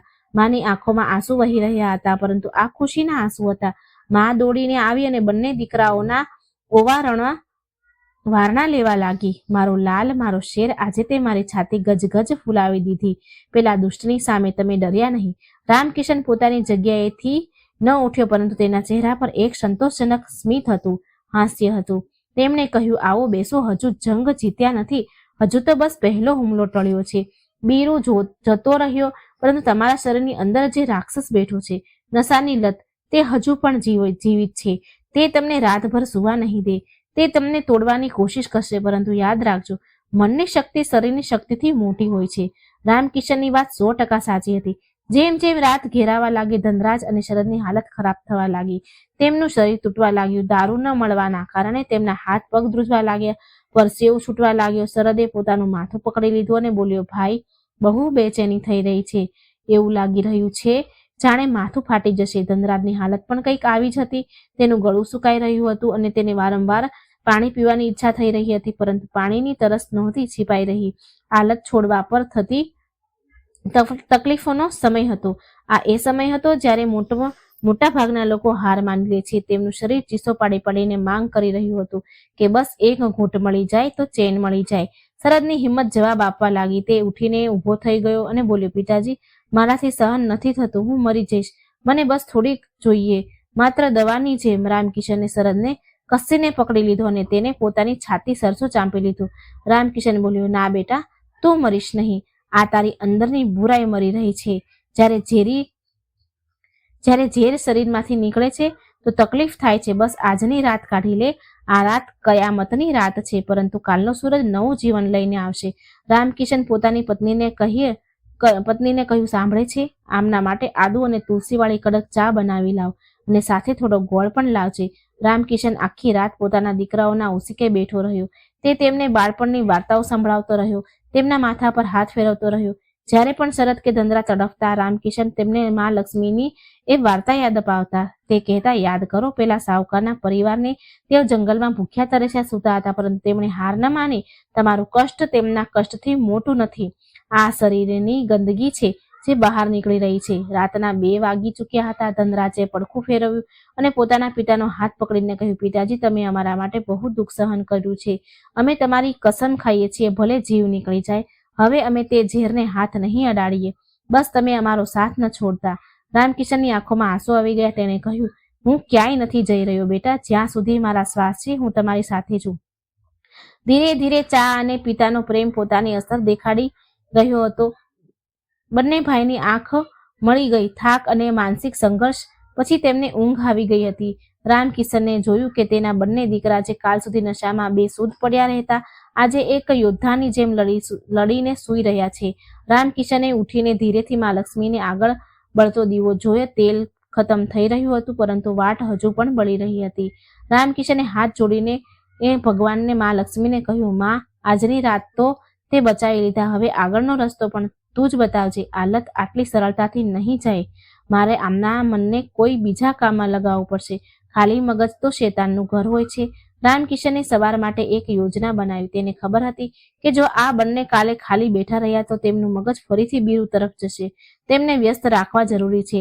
અને ત્યારે જ રામકિશને યાદ આવ્યું કે તેમના ખેતરોનો એક ભાગ જે બંજર પડ્યો હતો અને જેના પર ઝાડીઓ ઉગી નીકળી હતી, તેને સાફ કરવાનું કામ વર્ષોથી અટકેલું પડ્યું હતું. તેણે વિચાર્યું કે કાલે હું આમને બંનેને માટી સાથે જોડીશ. જ્યારે પરસેવો વહેશે તો નશો પણ વહેશે.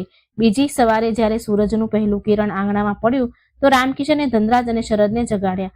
તેમની આંખો સૂજેલી હતી અને શરીર તૂટી રહ્યું હતું, પરંતુ રામકિશને તેમને વિચારવાનો મોકો જ ન આપ્યો.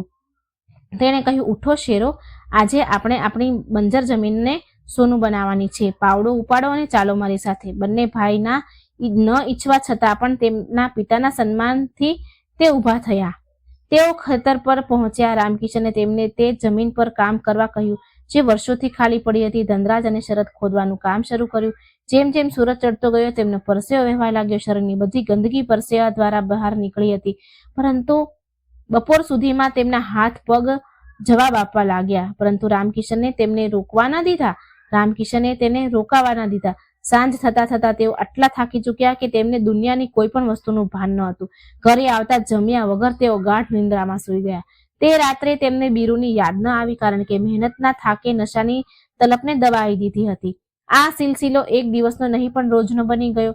દિવસભર ખેતરમાં તનતોડ મહેનત અને સાંજે ઘરે આવીને માં લક્ષ્મીની આરતી. દર બુધવારે આખો પરિવાર નિયમિત રીતે વ્રત કરે, ગણેશજીને ધરો ચડાવતા અને માં લક્ષ્મીની કથા સાંભળતા.